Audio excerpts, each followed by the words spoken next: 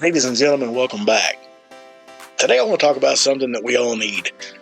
We all need some type of dependable vehicle, something we can rely on if things do get bad.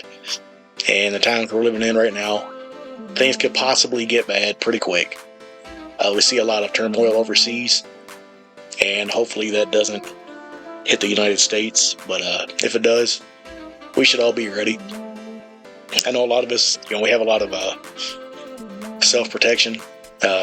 We can protect our families, but another way to protect yourself is to have a vehicle that you can depend on, that you can bug out in, or you can use to go fetch water or food or whatever else you're going to need. Me personally, I chose a Toyota Tacoma. I'm not saying everybody should choose that, but you might want to go find something that's not going to be your everyday daily driver. You want something you could put a small lift on, throw a rack on, possibly camp out of it if you need to. Put your keep a bug out bag ready to throw in it, because you might not want to leave it in your vehicle, especially if your vehicle sits outside. But this is what we've done. We're not finished with it. We have a long way to go. We have a few more things we need to do to it.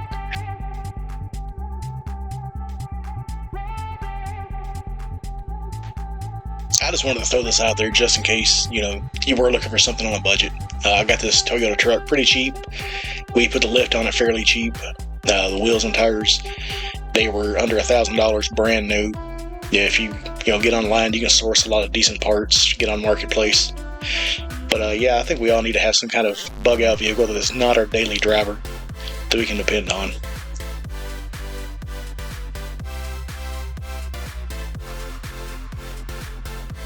Alright, today we're taking a look at the budget bug out truck.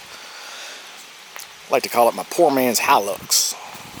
Talk about a few things we've done to it and how it's ready to conquer almost any obstacle except deep mud, and I'll get into that more later. What we've got is a 1998 Tacoma. It is the TRD version, so it's got the rear locker. It's got a 2.7 liter 4-cylinder with a 5-speed, and it's got over 250,000 miles and still runs great. We've got 8 inches of lift. We got 6 inches of lift out of the rough country 6-inch lift, and then we put 2-inch spacers in it. And in the back we have blocks and we have shackles, so it gives it a nice even stance. It's got 33-inch Milestar Patagonia MTs. Now this will be able to go pretty much anywhere except, like I said, for deep mud. We took it out to a off-road park about an hour from us, and I buried it all the way up to the frame. And by up to the frame, I mean it was up to the frame. You see the crossmember hangs very low, so we got stuck there. And I'll show you how deep the water was. We had water coming into the truck. There's the level that the water was, and there was water seeping in under the door.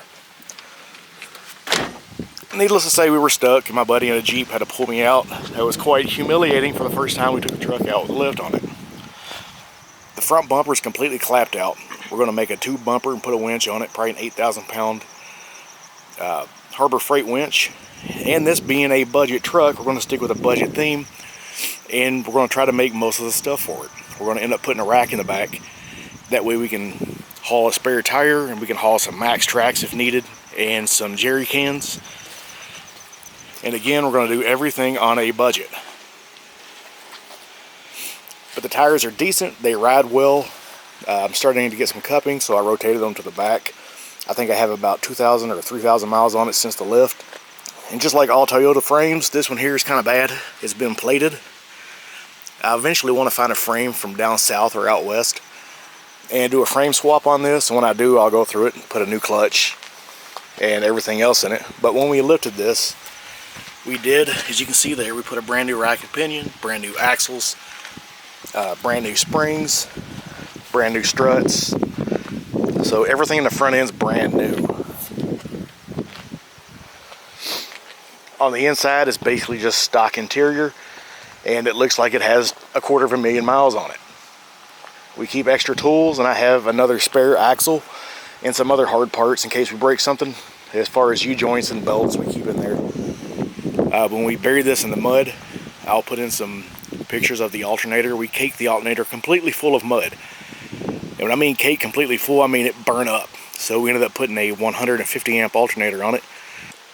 But we got some more plans for this truck. We're going to, like I say, make some more parts for it. Bumpers, a rack for the back.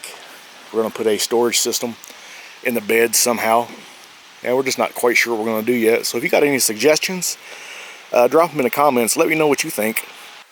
Like I said in the video, let me know what you think we ought to do next. If you got any really good ideas, drop them in the comments. We plan on doing quite a bit more to it. Like I said, we're going to keep it on a budget. So, as always, thanks for watching, stay safe, and let's take back our Second Amendment.